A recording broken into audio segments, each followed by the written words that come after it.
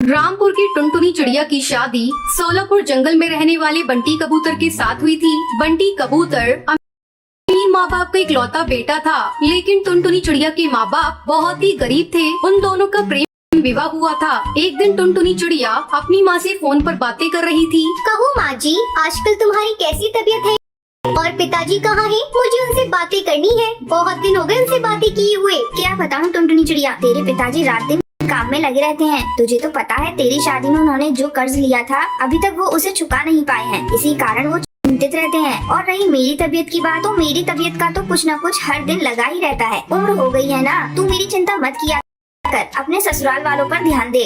वो सब तो ठीक है माँ, पर तुम अपनी और पिताजी की सेहत का भी ध्यान रखा करो। टुनटुनी चिड़िया भी अपनी माँ से फोन पर बातें कर ही रही थी, तभी उसकी सास बबली कबूतरी चिल्लाकर कहती है, अरे बहू, तुम अपनी माँ से बातें करती रहोगी? चलो लाओ फोन इधर दो, मुझे तुम्हारी माँ से बातें करनी है। टुनटुनी अपनी सास को फोन देती है। अरे समधन जी, आपको तो पता है कल हरियाली तीज है, मेरे यहाँ कुछ रस्में होती हैं। इसके लिए मेरे पूरे परिवार के लिए कपड़े, फल, मिठाई और मेरे बेटे के लिए एक सोने की चैन भेज देना। लेकिन समधन जी, हम लोग इतना कैसे कर पाएंगे? अभी तो शादी में लिया हुआ कर्ज भी नहीं चुका पाए। इतना तो आपको करना ही पड़ेगा समधन जी, क्योंकि हरियाली तीज में पूजा बहू के घर से आए हुए सामान से ही होती है। इतना कहकर टुनटुनी की सास फोन रख देती है। टुनटुनी चिड़िया की ससुराल वालों की डिमांड सुनकर टूनी चिड़िया सोच में पड़ जाती है, लेकिन करती भी क्या। उसकी बेटी टुनटुनी की पहली हरियाली तीज थी, उसने अपने सोने का हार बेच दिया। अगले दिन तीज का सारा सामान लेकर वो टुनटुनी चिड़िया की ससुराल पहुंचती है।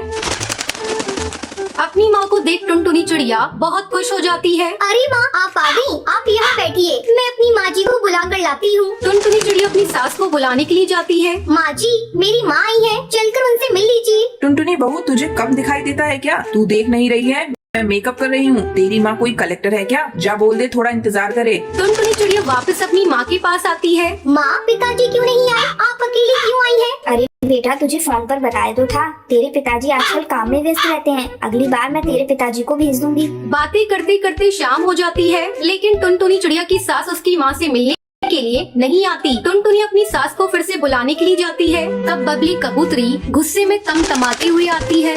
अरे समधन जी, ये क्या इतना कम सामान लेकर आई हैं? और घेवर कहाँ है? आप तो जानती हैं कि तीज में घेवर का कितना महत्व होता है। और आप मेरे बेटे के लिए सोने की चैन लाई है ना?